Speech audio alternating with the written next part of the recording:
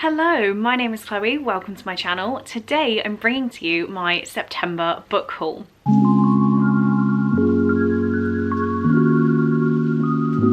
So before we get started, I'm pretty sure you regular viewers would have noticed something very different about my face, and that is because I am collaborating with Zimp again, with a brand new pair of glasses to show you. I'm really grateful for the team at Zimp. They have collaborated with me several times now, and when I got a new prescription a couple of weeks ago, they kindly offered to supply new glasses. These are the Tide Irregular Gradient in Purple glasses. I will say when I first tried them on, I was a little bit daunted by the sheer size of them, but now I'm looking back at myself in the camera, I'm much happier, and they do not feel like I'm wearing glasses at all. They are so light, and that is what I always say about Zimp glasses, is I barely feel that I'm wearing them. This is going to be fun because I want to show you them, but I now can't see. What I think is really fun about these glasses is they have a shiny side. Oh, editing Chloe is going to love this because I cannot see. There is a shiny sparkly section on the side and this metal little chunk on the side. When you get up really close to the frame, you can see more of this purple hint, like a hue to it,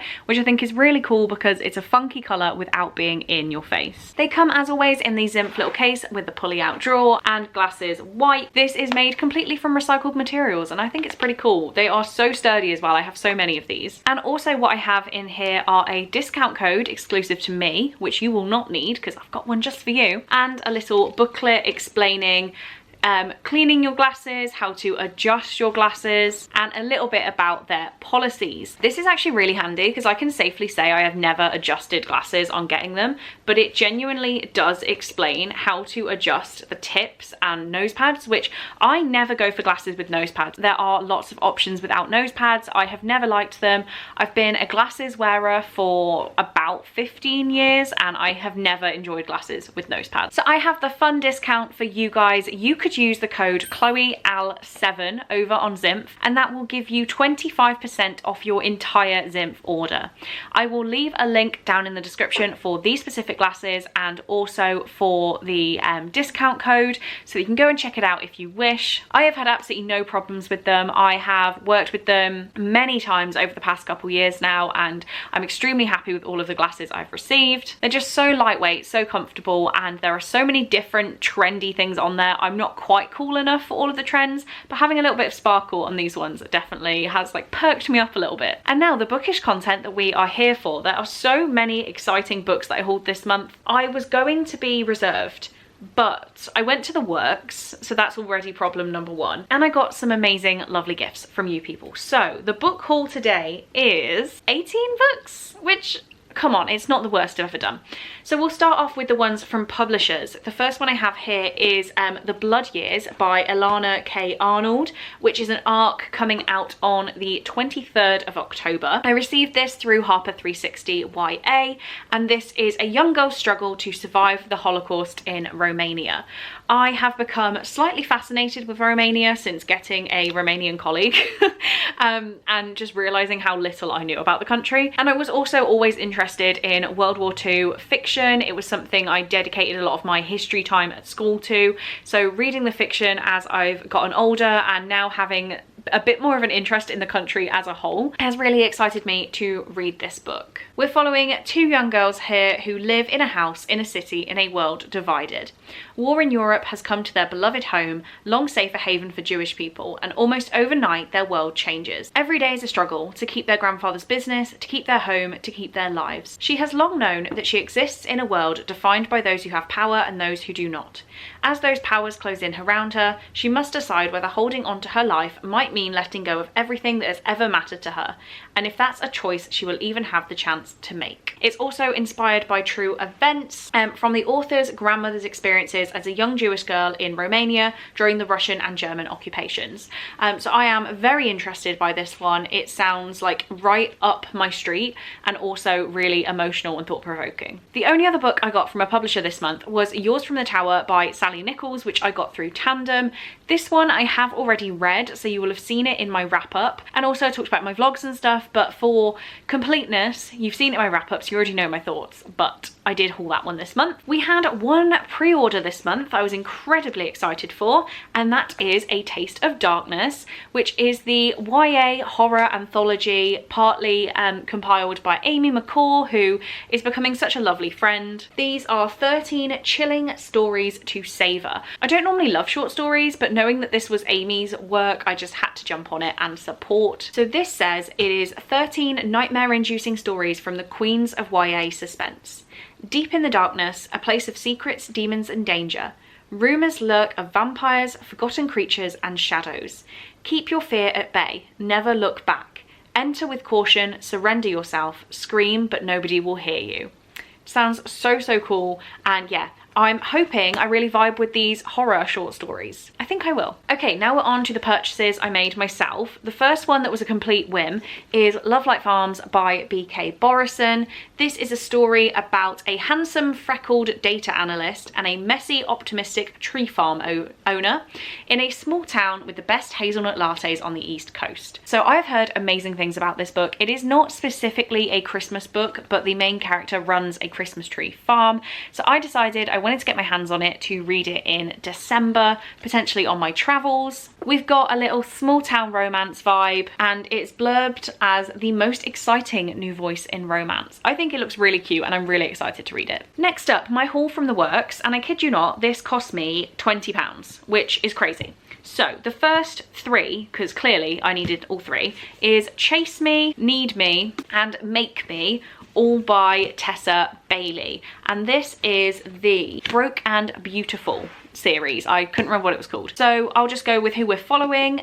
Chase Me, which I believe is number 1, is following college dropout Roxy Cumberland, who's moved to New York with dreams of becoming an actress. To make some quick cash, she signs up to perform singing telegrams. Her first customer is a gorgeous, cocky Manhattan trust funder, if she ever laid eyes on one. After a night out to celebrate winning his legal case, lawyer Lewis McNally II isn't prepared for the pounding in his head or the rabbit serenading him from the front door.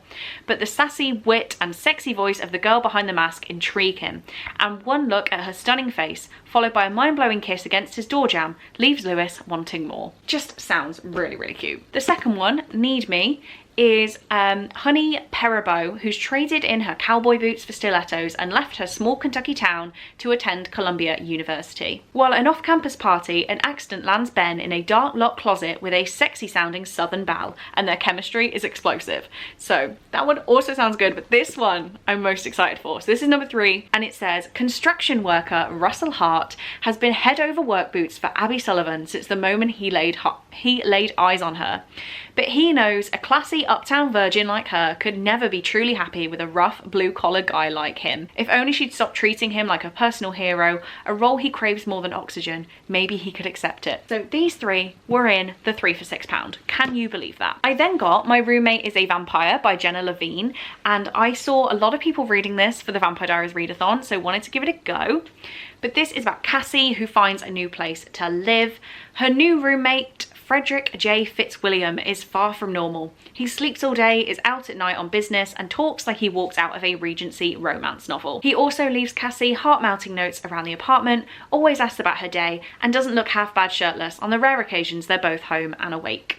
There's no denying there's a spark between them, but there's also a secret. With true love at stake, will Frederick come clean? This just sounds so cool. I hope he is actually a vampire and that this isn't like a play on something, not like ironic. And it says at the top, will it be love at first bite? It just sounds like the cheesy vampireness I need. I then grabbed one I can't really tell you much about, but it is Things We Left Behind by Lucy Score, which is book 3 in the Knock 'em Out series. I have not read books 1 or book 2 yet, but when you see book 3 going for £6, you have to buy it, right? That's just the rule. That's just the rule. I have nothing to say on that one. Then one that looks really exciting and I had to grab is Dear Aaron by Mariana Zapata. This was £3. £3, and it says, some days all you need is a message from a stranger. Ruby Santos knew exactly what she was getting herself into when she signed up to write to a soldier overseas. The guidelines were simple: 1 letter or email a week for the length of his or her deployment. Care packages were optional. Been there, done that. She thought she knew what to expect. What she didn't count on was falling in love with the guy. I'm gonna love this. I'm going to love this. There is no dispute on that. Right, now we're moving on to your lovely gifts, and there are so many here. The first 3 I can talk about in one foul swoop. We have Hidden, Destined, and Awakened, all by PC and Kristen Cast, and I believe these are books 8, 9, and 10 of the House of Night series. These were gifted to me by the lovely Victoria when I was having a bit of a crappy time with work, because she knows exactly how to cheer me up, and that is YA vampire fiction. The House of Night series follows our main character Zoe Redbird, who is marked and she becomes a fledgling vampire. There is not much that I can say about these 3 books, being 8, 9, and 10. I have reread book 1. I read all of these as a kid and I can't remember anything about the story. So I reread book 1. I'm going to be doing book 2 this month, and this is creating a bigger collection for me to get around to. Next up, we have 2 gifts from the lovely Laura. Both came at different times of the month and both were greatly appreciated. The first one is Fling by J.F. Murray, and I'm so tempted to drop all of my plans and read this every time I look at it. So this is about Tara and Colin, who've been together for 6 years. They've done 3 rounds of IVF and their marriage is starting to fall apart. So they start individually going onto a new controversial dating app called Fling, where they find their 100% best match. I think this sounds really thought-provoking actually. A lot of stuff that may be uncomfortable for some people to read, but I'm actively looking forward to this. And the other one she sent me is With Love from Cold World by Alicia Thompson. This sounds so good. This one I don't even need to look on the back. We're following a bookkeeper for an amusement park, which already I'm here for it. And she is told that she needs to increase revenue for the park, and her plan, she needs the help of this broody, it's going to be a grumpy sunshine kind of guy, isn't it? Asa. When their boss asked Lauren and Asa to draft a proposal for raising more revenue, their rivalry heats up as they compete to come up with the best idea. But the situation is more dire than they thought, and it might take these polar opposites working together to save the day. It's literally like everything I want in a book. Maybe I'll put this with my Christmas stuff. That's not a half bad idea. I know it's not Christmas, but it is Christmas, right? Maybe I'll put this with my Christmas stuff. Next up, we have a gift from the lovely Jo, and of course Alfie, and that is A Song for Tomorrow by Alice Peterson. This just sounds so uplifting. Oh my god, it's been reviewed by Robbie Williams? Okay. This says, Tom fell in love with Alice the moment he saw her. He realises that being with her will not be easy, but she's a force of nature, a burst of sunlight in his otherwise ordinary world. Some people might look at Alice and think she has everything, but Alice knows she's not like other women. Her life is complicated, unpredictable, difficult. Alice does not like pity. All she wants to do, has ever wanted to do, is sing. Alice has been told not to follow her dreams, so has Tom. But when fate has already dealt a tough hand, it's time to stop listening to everyone else and only follow their hearts. It just sounds so uplifting and inspirational that I cannot wait to read it. It's chunky, so we're going to have to find a time where I'm very committed to this book, but I feel like it's going to be one that as soon as I start reading it, I drop everything else. Almost there. The next one is a gift from the lovely Claire over at Books and Ink, and that is Seasonal Fears by Seanan McGuire. This is an arc that she had, so it originally came out in May 2022. I have only just read Middle Game, and this is the sequel. I told her that I was kind of intrigued by what would happen after in the story. So this turned up on my doorstep. Of course it did. We're following Melanie, who has a destiny. Harry doesn't want to believe in destiny because that means accepting the loss of the one person who gives his life meaning, who brings summer to his world. So when a new road is laid out in front of them, a road that will lead through untold dangers toward a possible lifetime together, walking down it seems to be the only option. But others are following behind with violence in their hearts. It looks like destiny has a plan for them after all. It sounds cool. It sounds cool. I put off Middle Game for a long time, so I don't know how quick I will get round to this. But now that I know I enjoyed Middle Game, I kind of know a little bit more of what to expect. But it is a big guy. And last but by no means least, we have Brutal Prince by Sophie Lark, which is a gift from the lovely Faith. I appreciate Faith so much. This is actually, I won't read it all out again because I know I've read this out a couple times in the past couple of weeks. This looks adorable, doesn't it? This is actually a mafia romance. And it's another situation where Faith has admitted, oh, she actually put, another situation where I was browsing your wish list for ideas and had to buy it for us both. So I'm sure I'll read this with Faith at some point in the future. She has a thing now for buying me books that she likes the sound of for us to read together. So maybe we'll prioritise the mafia romance, but I'm excited to read with Faith again. And there we have it. Those are all of the books that I hauled in September. After a very quiet July and August, I knew this was coming and I let myself spoil myself in in the works. So I did bring it upon myself, but I'm very happy about it. I want to say a massive thank you again to Zimp for working with me and getting me another pair of glasses, and just another reminder to you that the link will be down below to use the code CHLOEAL7 for 25% off your entire order. Thank you very much, guys. I really hope you enjoyed this video. Please do let me know if there are any books here I have to read immediately. I would really love to hear your opinion.